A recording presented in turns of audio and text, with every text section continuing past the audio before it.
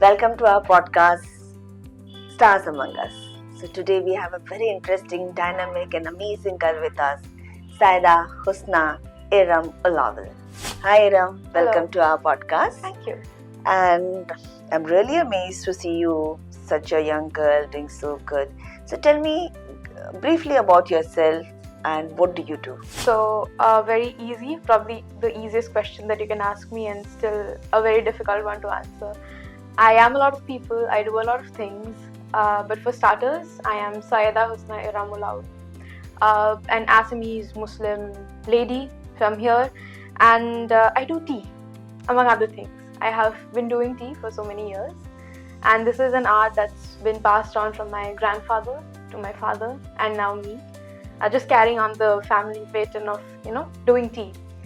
I have a brand which is called Oh-Ojantrik, which means unmechanical. So Jantrik in Assamese means mechanical, right? Something that machines do.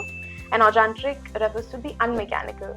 And why is it called that? Because I want to pay an homage to the women who work in the gardens, the tea pluckers. So without them plucking the 2 leaves and a bud, we don't get good tea. Without the people, without the women who work in the factory, without them feeling tea with their hands, we don't get good tea. And that no machines can replicate. So my brand, we focus on making luxury tea. We focus on making Indians take tea more seriously and more religiously, so that we can give back to the ones who grow tea, to the ones who make tea. So that is just a part of who I am and what I do. Very interesting to know your journey and how you are making tea popular. So tell me, what inspired you to take this as a profession, and what do you love about it? Really, but what really inspired me, I think, let's think spring mornings or summer mornings with my grandfather. He would take me to the gardens. We would hand pluck leaves. We would roll it with our hands. We will sun dry it. So that was such a rich experience for me as a kid who is seeing some magic. How does a plant, some random leaves from a plant, make such a beautiful drink that you can enjoy with the whole family? And then there is tea time. Then the whole family comes together, and you share magic there. So I think that is something. But to be very, very honest, getting to be a snob is another thing. It's such a fancy thing to do. I mean, what I basically do is I just drink tea and I say if it's good tea or not. And I make tea and people sort of trust me to give them good tea. So what can be better than that? This is something I have fun with, and I'm taking it up as an occupation. So Ram, tell me, how long have you been in this journey? When you started thinking about starting this business, and for how long have you been in this? So I have always known about tea, like I told you, but the business sort of started in my during my masters.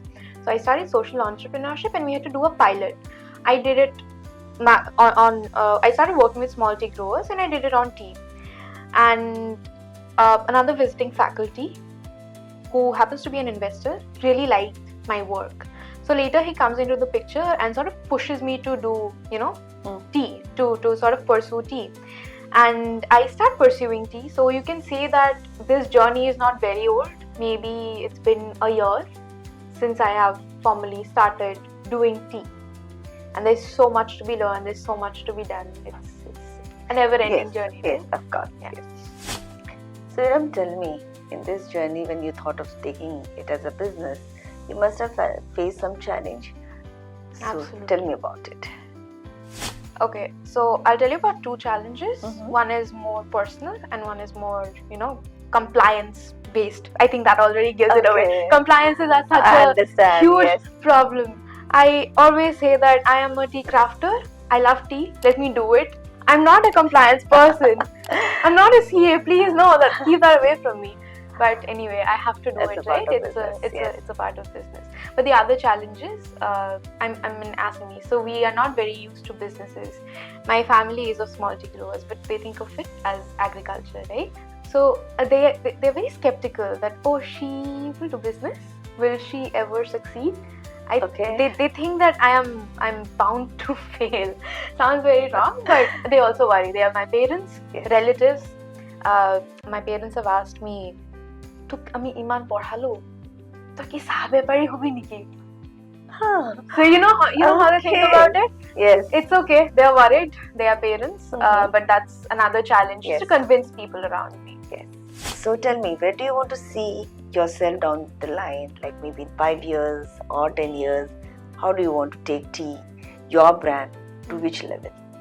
Beautiful question. I have a beautiful answer to that. 5 years, 10 years. And you're asking about me, right? Not how I want to see the world change. No. I want to see myself in a cabin, somewhere on the edge of a forest, maybe also close to tea gardens, brewing tea all day, living with cats, eating berries, and having a lot of beautiful women around me to gossip, to share stories, and maybe to just drink tea.